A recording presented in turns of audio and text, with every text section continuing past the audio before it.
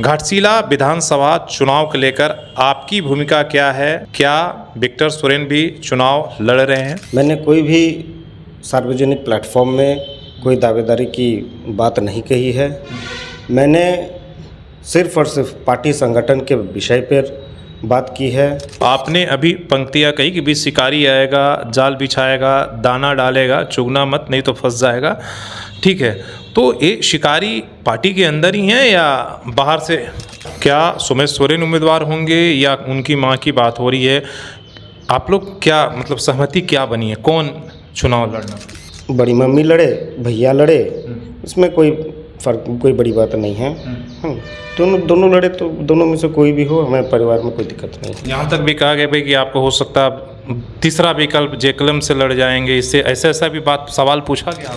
नहीं, ये सब भी गलत बात है। ये सब नैरेटिव है, मनगढ़ंत। यही मनगढ़ंत कहानी है कि मैंने उससे बच गया तो अब इसको किस तरह से फंसाया जाए। मैंने एक से एक प्रहार किया जा रहा है हमारे परिवार में। चंपई सोरेन को लेकर जो सवाल कुणाल सारंगी ने उठाया, वो विक्टर सोरेन भी कुछ लिखते हैं, शेयर करते हैं और अभी तक वो चला आ रहा है। क्या जो राजनीतिक रूप से दोनों साथ में एक समय एक ही पार्टी के अंदर, क्या कुछ चंपई सोरेन को लेकर मन में ऐसा या कटुता है? मैं चंपई जी का सम्मान करता हूं, परंतु दुर्घटना घटने के पश्चात उनके साथ इतना साल का लगाव मेरे बड़े पिताजी के साथ, और उनका मेरे घर आकर के बड़ी मम्मी से ना मिलना, ये कहीं ना कहीं मुझे लगता है यहाँ पे जो मैंने अपने दुख को व्यक्त करता है, जो कि उनको यहाँ आना चाहिए।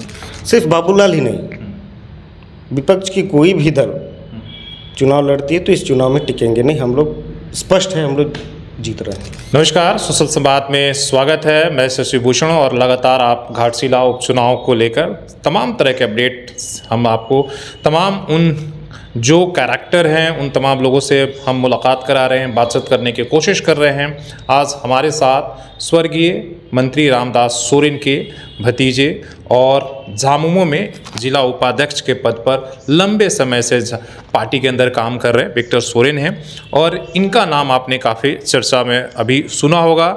और हमेशा जो है, कुछ दिन पहले जब आपने देखा कि जो बातें सोशल मीडिया के माध्यम से लिखते हैं उसको मुख्यमंत्री तक शेयर करते हैं, मतलब आप बातों की गंभीरता को समझ सकते हैं कितना राजनीतिक रूप से परिपक्व है।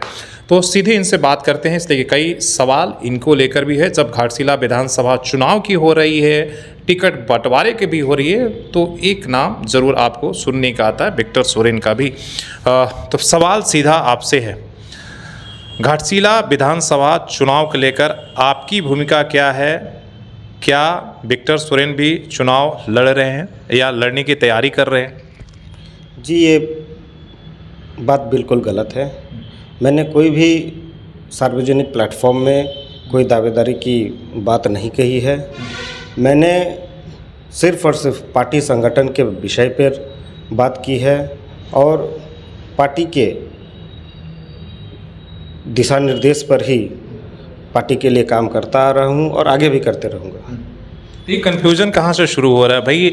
एक तरफ सुमेश सोरेन जो हैं वो कहा जा रहा है कि परिवार के तरफ से सहमति से जो है वो दावेदार के रूप में दिखे जा रहे हैं और फील्ड में दिख रहे हैं। दूसरी तरफ जब उनकी बात हो रही है तो आपका भी नाम आता है और आप भी उतनी ही सक्रिय तरीके से ये हो रहे हैं। तो क्या पार्टी या परिवार के अंदर इस बात पर कोई सहमति बन चुकी है या अभी बननी बाकी है? देखिए, मैंने सबसे पहले जब हम लोगों ने भैया के साथ सार्वजनिक मंच साझा किया था, उसी समय मैंने एक बात बोला था कि एक शिकारी आएगा, अपना जाल बिछाएगा और उस जाल में फंसना नहीं है। तो अभी की स्थिति में दुर्भाग्य है कि कुछ लोग उस जाल में फंसते नज़र आ रहे हैं। इसमें हमारे संगठन के भी कुछ लोग हैं जो हमारे परिवार और भाई के बीच की बातों को, ये हम दोनों भाई की राजनीतिक तौर पर एक रणनीति भी हो सकती है, परंतु कुछ संगठन के भीतरघाती लोग हम दोनों भाइयों के बीच में दूरी पैदा करने की ये प्रयास कर रहे हैं, जो कि कहीं ना कहीं मुझे ये लगता है ये विपक्ष से मिले हुए हैं। जो इस तरह के काम कर रहे हैं, जो भाई भाई को लड़ाने का काम कर रहे हैं। मतलब उनका कहीं ना कहीं निशाना यह है कि नुकसान पहुंचाना चाहते हैं, इस तरह की बातों या नैरेटिव को गढ़ कर कि भाई सुमेश सोरेन के रास्ते अलग हैं और विक्टर सोरेन अलग रास्ते पर जा रहे हैं, इसलिए आपको लगता है कि वैसे लोग नुकसान पहुंचाने की कोशिश कर रहे हैं। बिल्कुल बिल्कुल बिल्कुल। देखिए, किसी भी चीज़ में ताकत आपको तभी मिलती है जब आप एक होकर कर लड़ेंगे। तो ये हमारा भाई के साथ ये रणनीति है कि क्या है, ये तो मैं खुले मंच पर नहीं बोल सकता है, लेकिन अगर कोई भी व्यक्ति हमारे संगठन के बीच से, मैं आपके इस चैनल के माध्यम से मेरे विधानसभा के लोगों से मैं ये रिक्वेस्ट करना चाहूँगा कि कोई भी व्यक्ति हम दोनों भाइयों के बीच में अगर इस तरह का नैरेटिव पैदा करती है तो कहीं ना कहीं वो विपक्ष से जुड़े हुए हैं, ऐसा हो सकता है। आखिर जो आपने अभी पंक्तियाँ कही कि भी शिकारी आएगा, जाल बिछाएगा, दाना डालेगा, चुगना मत नहीं तो फंस जाएगा, ठीक है, तो ये शिकारी पार्टी के अंदर ही हैं या बाहर से लग रहा है कि दाना डालने की कोशिश हो रही है? बाहर से आ रहे हैं, बाहर से आ रहे हैं, बाहर के शिकारी हैं, है ना, दूसरे दल के, हमारे विपक्षी दल के शिकारी हैं, आएंगे। विक्टर सोरेन को घाटशिला विधानसभा को लेकर उनकी क्या थॉट है, वो क्या इस चुनाव में किस भूमिका में रहेंगे और क्या चाहते हैं? देखिए, शुरू से लेकर के अभी तक जब बड़ा पिताजी रहे हैं, मैं हमेशा बड़ा पिताजी जैसा जैसा दिशा निर्देश देते थे उस समय तत्कालीन वो जिला अध्यक्ष हुआ करते थे और मैं जिला उपाध्यक्ष युवा मोर्चा का हुआ करता था। तो संगठनिक हिसाब से जैसा जैसा मुझे जिम्मेदारी मिलती थी मैं उस तरह करते आ रहा था और अभी भी मैं कर रहा हूँ पार्टी के लिए और आगे भी पार्टी के लिए ही करता रहूँगा।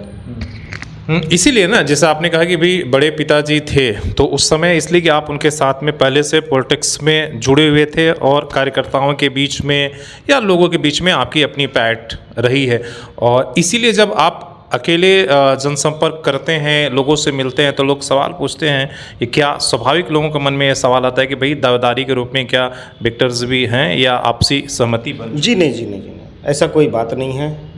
जैसे भी कहीं भी हम लोग मिलते हैं, कहीं भी हमारे साथ लोग जुड़ते हैं, मेरा यही एक मंतव्य है कि पार्टी संगठन जिसे भी उम्मीदवार बनाए, विक्टर सोरेन तन मन धन के साथ उन लोगों के लिए खड़े हैं। ऐसे परिवार के अंदर क्या सुमेश सोरेन उम्मीदवार होंगे या उनकी मां की बात हो रही है? आप लोग क्या मतलब सहमति क्या बनी है, कौन चुनाव लड़ेगा? देखिए, इस पे बड़ी मम्मी लड़े, भैया लड़े, इसमें कोई फ़र्क, कोई बड़ी बात नहीं है। दोनों लड़े तो दोनों में से कोई भी हो, हमें परिवार में कोई दिक्कत नहीं है। आप पूरे साथ में, आपके मन में कहीं कोई ना, मैंने तो आपको पहले भी कहा कि मैंने कोई सार्वजनिक मंच पर मैंने दावेदारी की घोषणा नहीं की, मैं कहीं भी मैंने दावेदारी नहीं की।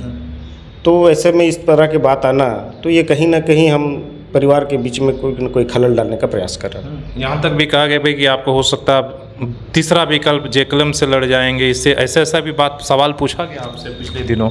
नहीं, ये सब भी गलत बात है। ये सब नैरेटिव है, मनगढ़ंत। यही मनगढ़ंत कहानी है कि मैंने उससे बच गया तो अब इसको किस तरह से फंसाया जाए। मैंने एक से एक प्रहार किया जा रहा है हमारे परिवार में, लेकिन हमारा परिवार कमज़ोर नहीं है, हमारा परिवार एक है, कोई कुछ नहीं बिगाड़ सकता है जब तक हम लोग सब ठीक है। तो ये लगता है कि गुमराह करने की कोशिश हो रहा है, इसलिए इस तरह की नैरेटिव सोशल मीडिया हो या कहीं भी इस तरह इसलिए चलाया जा रहा है?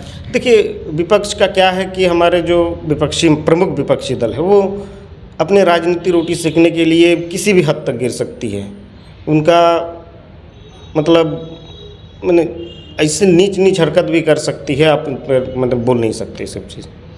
चंपई सोरेन को लेकर जो सवाल कुणाल सारंगी ने उठाया वो विक्टर सोरेन भी कुछ लिखते हैं, शेयर करते हैं और अभी तक वो चला आ रहा है। क्या जो राजनीतिक रूप से दोनों साथ में एक समय एक ही पार्टी के अंदर, क्या कुछ चंपई सोरेन के लेकर मन में ऐसा या कटुता है? क्या किस को लेकर आप लोग लगातार निशाने साध रहे हैं? देखिए, आदरणीय चंपई जी एक महान व्यक्ति है, वो अनुभवी व्यक्ति हैं। हमारे परिवार के साथ, बड़ा पिताजी के साथ उनका 20 से 30 वर्षों का नाता रहा। मेरे बड़ा पिताजी उनको बड़ा भाई बोल के चंपैदा करके बुलाते थे और जैसे बड़ा पिताजी की दुर्घटना घटने के पश्चात मैं चंपई जी का सम्मान करता हूं, परंतु दुर्घटना घटने के पश्चात वो जैसे कुणाल सारंगी जी ने बात रखा, केंद्रीय प्रवक्ता जी ने बात रखा, उनका बातों का मैं समर्थन करता हूँ कि जे सही में वे मतलब देखने तो आए, वो घाटशिला विधानसभा में देखना है, जहाँ से उनके बेटे को वे अभी बुजोर शोर से दावेदारी कराने को लेकर के बोलिए या टिकट की मांग को लेकर के बोलिए, वे लगे हुए हैं, वे खुद भी लगे हुए हैं, फ्रंट फुट पे एकदम लगे हुए हैं, खेल रहे हैं। तो ऐसे में उनके साथ इतना साल का लगाव मेरे बड़े पिताजी के साथ, और उनका मेरे घर आकर के बड़ी मम्मी से ना मिलना, ये कहीं ना कहीं मुझे लगता है यहाँ पे जो मैंने अपने दुख को व्यक्त करता है, जो कि उनको यहाँ आना चाहिए। इनसे पहले पार्टी से अलग, उनसे पहले भी हमारे घर में अनेक शादियाँ हुई, उन्होंने अटेंड किए हैं, भैया का शादी हुआ, श्राद्ध घर हुआ, हर चीज़ में उन्होंने अटेंड किया। लेकिन जैसे ही घाटशिला का बात आ जाता है, पता नहीं चंपई जी को क्या हो जाता है, क्या हो गया, मतलब हमारे घर के रिश्ते को उन्होंने भूल जाने का काम किया। इस बार रामदास सोरेन जी के श्राद्ध में वो नहीं आए थे? श्राद्ध में नहीं आए थे। कब आए थे? वे घाटशिला में मिले थे, घाटशिला में आए थे। घाटशिला में हम लोगों ने जब पार्थिव शरीर जब लेकर के गए थे, वे वहाँ पर उपस्थित हुए थे, वहाँ अंतिम दर्शन के लिए। उसके बाद ना घर में मिलने आए, ना श्राद्ध में आए, नहीं आए, जिनका मुझे बहुत गहरी आहत हुई है। अभी तो चुनाव में आपके सामने हैं, वो तो दिख रहा है। बिल्कुल, अब आमने सामने की लड़ाई होगी। तो फिर कैसे, मतलब इतने दिन का जो पारिवारिक रिश्ता था, अब एक ही पार्टी में आप लोगों ने, आपके पिताजी और दोनों बड़े पिताजी ने संघर्ष किया, अब क्या है कि रास्ते अलग अलग हैं, उन्हीं का विधानसभा है। देखिए अब की स्थिति में वे अपने पार्टी के विचारधारा को लेकर के चलेंगे, मैं अपने पार्टी का विचारधारा को लेकर के चलूँगा, और आगे जनता तय करेगी कि रामदास सोरेन जी ने उन लोगों के लिए क्या किया। तो सब कुछ जनता के हाथों में है, वे जिसे चाहे वो अपना आगे के लिए अपना प्रतिनिधि बना सकते हैं। बाबूलाल सोरेन अगर चुनाव लड़ते हैं तो आप लोगों के लिए कितनी बड़ी चुनौती आप देख रहे हैं? या सिर्फ बाबूलाल ही नहीं, विपक्ष की कोई भी दल चुनाव लड़ती है तो इस चुनाव में टिकेंगे नहीं। हम लोग स्पष्ट है, हम लोग जीत रहे हैं।